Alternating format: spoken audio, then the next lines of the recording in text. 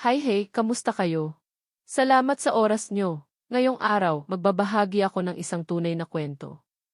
Isang kwentong maaaring nangyari na sa buhay mo. Baka nangyayari pa ngayon. Tahimik lang.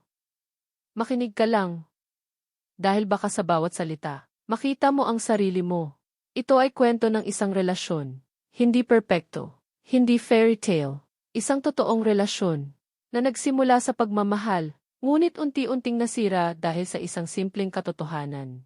Iisa lang ang palaging pinapakinggan. Sa relasyong ito, ang lalaki ang laging nasusunod. Hindi dahil masama siya, hindi dahil gusto niyang manakit, kundi dahil sanay siya na ang boses niya ang mas mahalaga. Ang desisyon niya ang batas. Ang opinyon niya ang tama. Ang gusto niya ang nasusunod. At ang babae, unti-unting, natutong, manahimik. Noong una, ayos lang. Masaya pa. May lambing, may pangarap. Akala ng babae, ganito siguro ang pagmamahal. Mag-adjust, magparaya, umiwas sa away, unahin ang kapayapaan. Sa bawat pagtango niya, akala niya ay pagmamahal iyon. Sa bawat pananahimik, akala niya ay sakripisyo. Pero hindi niya alam. Ang sobrang pag-intindi ay unti-unting nakakapagod. Habang tumatagal ang relasyon, tumitindi ang katahimikan. Hindi na ito pahinga. Nagiging bigat na. Araw-araw may desisyon. Saan pupunta? Sino ang kakausapin? Anong oras uwi? Ano ang dapat gawin sa buhay? At sa bawat pagkakataon, ang boses ng babae ay laging huli. Minsan, hindi na talaga naririnig. Kapag nagsalita siya, madalas ganito ang sagot. Arte mo. Drama lang yan. Ang liit-liit na bagay. Wala ka namang alam dyan. At sa bawat salitang iyon, may isang parte ng puso niya na unti-unting nasasaktan. Hindi siya sumisigaw. Hindi siya nagwawala. Tahimik lang dahil natutunan niyang mas madaling manahimik kaysa ipaglaban ang sarili na hindi naman pakikinggan. Unti-unti, nilulunok niya ang mga salitang gusto niyang sabihin. Umiti kahit masakit. Tumango kahit hindi sang-ayon. At ang lalaki, hindi niya namalayan na sa bawat pagkakataong hindi siya nakinig. May isang pusong unti-unting lumalayo. Hindi lahat ng sugat ay may dugo. May sugat na tahimik. May sugat na hindi nakikita. May sugat na tinatago sa likod ng ngiti. At ang pinakamasakit, ang sugat na dulot and hindi pakikinig. May mga gabing magkatabi sila. Ngunit parang magkalayo. Magkatabi ang katawan. Pero magkalayo ang puso. May mga araw na magkausap. Pero walang nagkakaintindihan. May salita. Pero walang pakiramdam. Ang babae ay napapagod.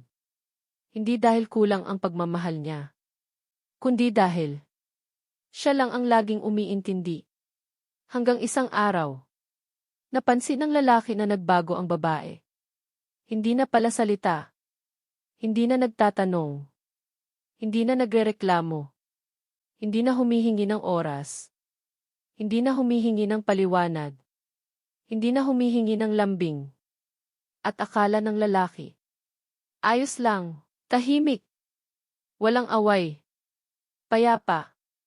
Pero hindi niya alam, ang katahimikan na yon ay hindi kapayapaan. Paalam iyon. Dahil kapag ang isang babae ay tumahimik, hindi ibig sabihin ay wala na siyang nararamdaman. Ibig sabihin, napagod na siyang ipaglaban ang sarili niya. Napagod na siyang makiusap na pakinggan. Napagod na siyang umasa na magbabago pa. Sa huli, nauwi ang relasyon sa distansya.